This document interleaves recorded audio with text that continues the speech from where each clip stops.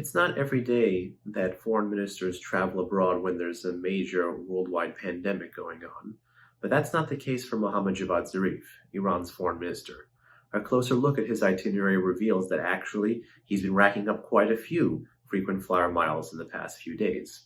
Zarif's second and third international trips, while the world is still facing the coronavirus, were to Turkey and to Russia, respectively, earlier this week.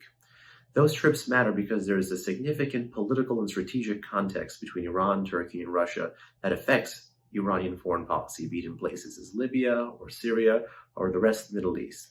But there's also an underreported economic and political undercurrent between those two relationships that needs exploring. Both undercurrents offer opportunities for U.S. policy to be sharpened on Iran. With respect to Turkey, there's been a declining trade between Iran and Turkey when it comes to the energy world. Not just crude oil, of course, but we're talking about natural gas. Turkey has increasingly, according to official statistics, looked to other sources, be it Azerbaijan or America, for natural gas. While it still does import natural gas from Iran, this offers America an opportunity to sharpen its sanctions, to grow its maximum pressure policy, and to be able to sever Turkey from Iran when it comes to the energy trade more fully.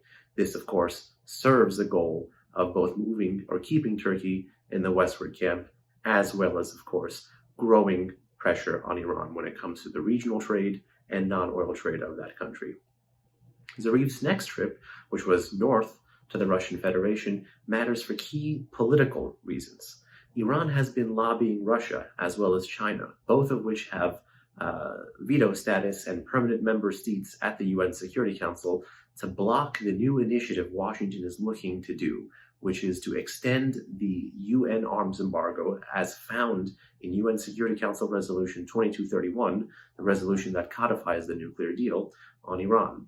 This arms embargo lasted only 5 years since the nuclear deal. It's set to expire this October. Russia and China are major international arms markets. They're likely going to help Iran with a selective modernization campaign.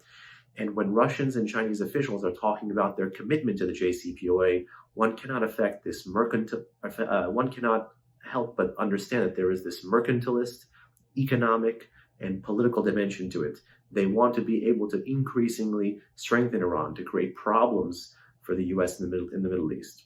We are now living, according to the National Security Strategy of 2017, in the era of great power competition, where Russia and China are more comfortable contesting American power. When that is married up with the regional threats, like Iran, we're going to begin to see second and third order crises like we've never seen before. It behooves Washington to do everything possible to extend that arms embargo, as well as to continue to put financial pressure on all sources of revenue coming into Iran. That would help not just Russian policy, not just Turkish policy, but broader U.S. foreign policy towards the Middle East.